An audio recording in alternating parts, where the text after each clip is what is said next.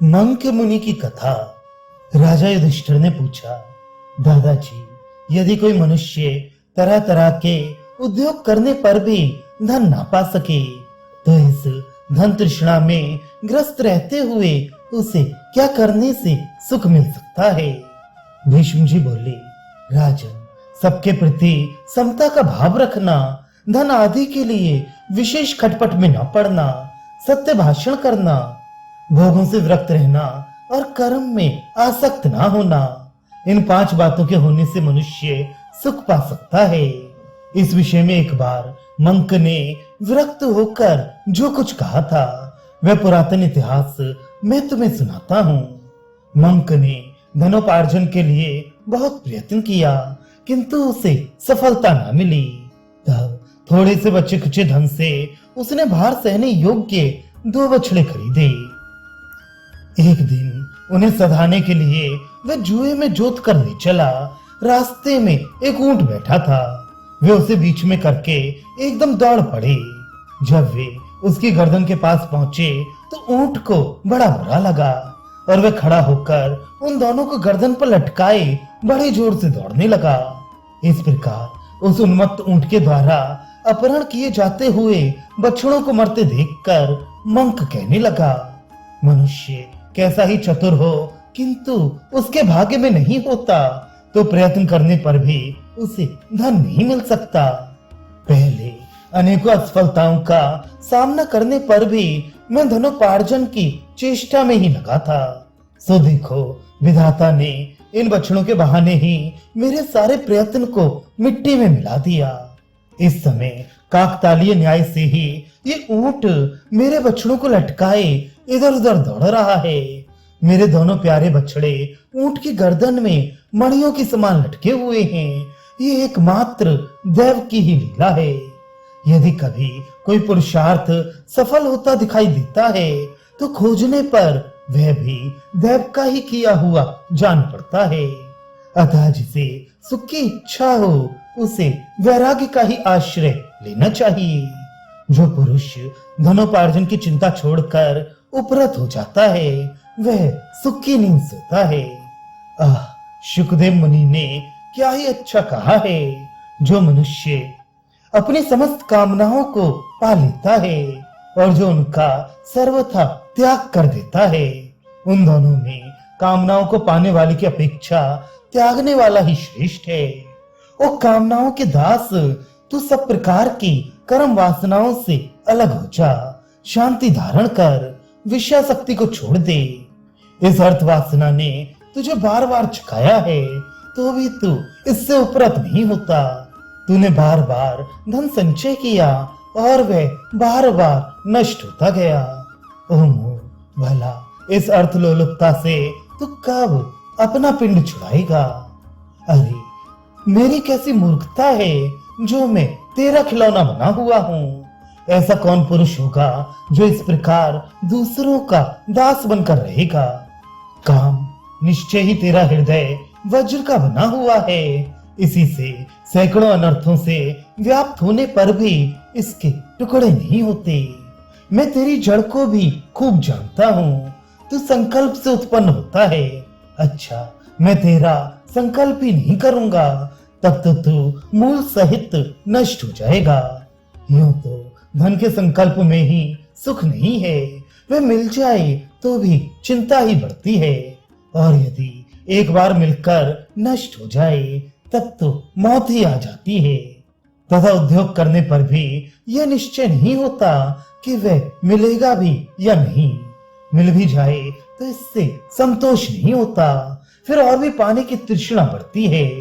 गंगा जल को पीकर जैसे जैसे उत्तरोत्तर उसे पीते रहने की ही इच्छा होती है, उसी प्रकार धन का स्वभाव भी तृष्णा की निवृत्ति ना होने देना ही है।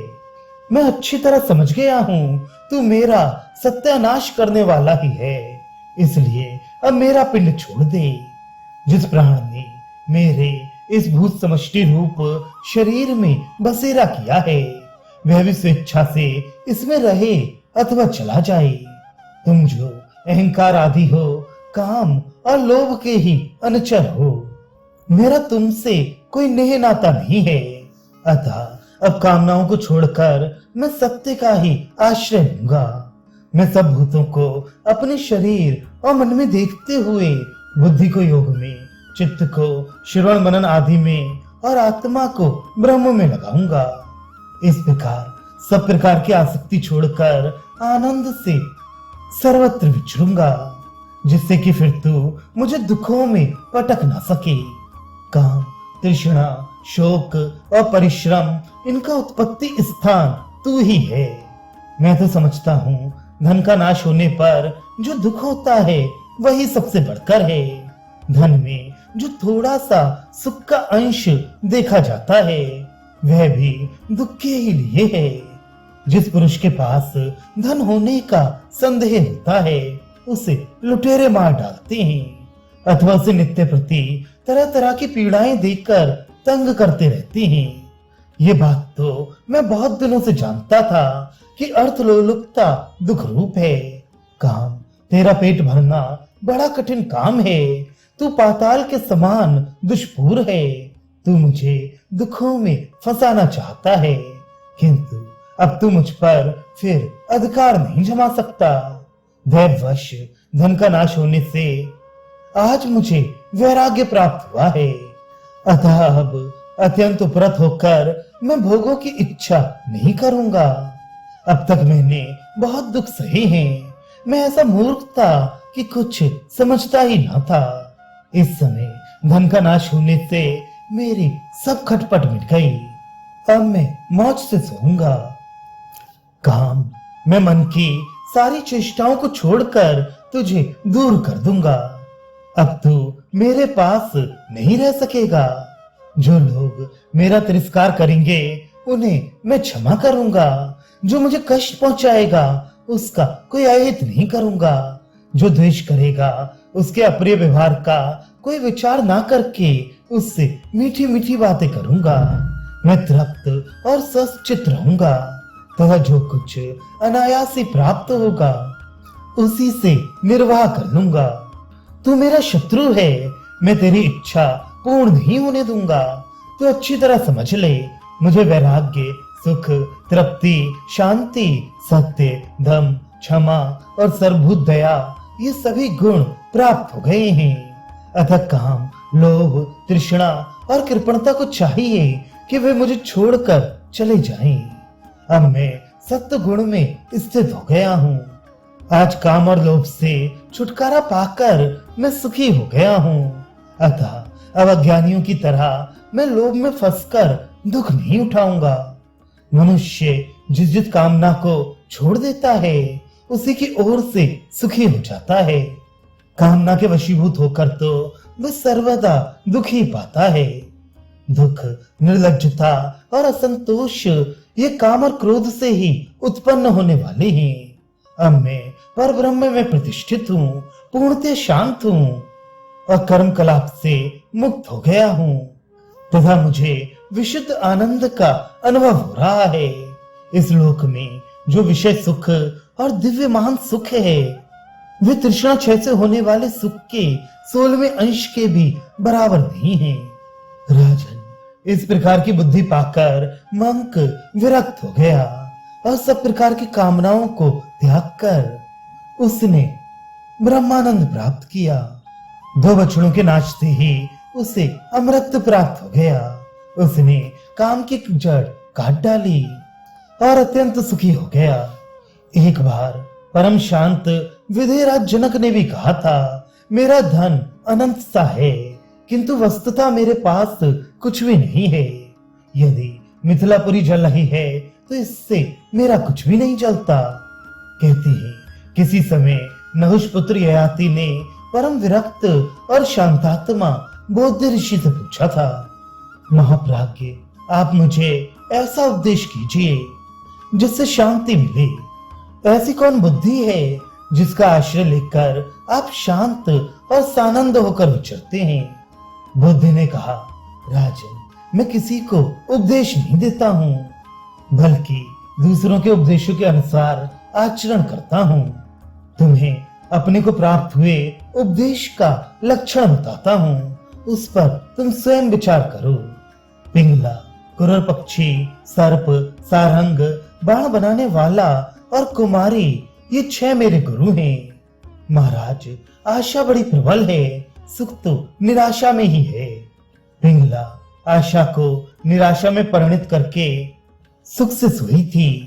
कुरर पक्षी मांस का टुकड़ा लिए जाता था, उसे दूसरे पक्षी मारने लगे। तब उस टुकड़े को फेंकने से ही उसे चैन मिला। सर्प दूसरों के बनाए हुए घर में घुसकर ही मौजते रहता है, अतः घर बनाने की खटपट में पड़ना दुख रूपी ही है, इससे कुछ भी सुख नहीं है।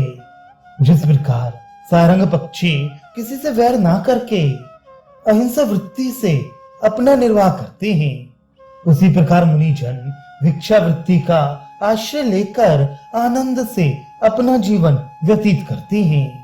एक बार एक बाण बनाने वाले को देखा।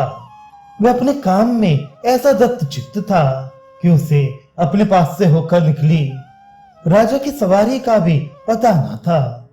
एक कुमारी कन्या धान कूट रही थी, इससे उसके हाथ की चूड़ियों का शब्द होता था। उसने संकोचवश और सबको तोड़कर दोनों हाथों में केवल एक एक चूड़ी रहने दी। इससे उनका शब्द होना बंद हो गया। इससे मैंने निश्चय किया कि बहुत लोग साथ साथ रहते हैं तो उनमें कलह होता है, और दो दो रह जाते हैं तो भी बातचीत तो होती ही है। अतः उस कुमारी की एक एक चूड़ी के समान मैं भी अकेला ही रहूंगा।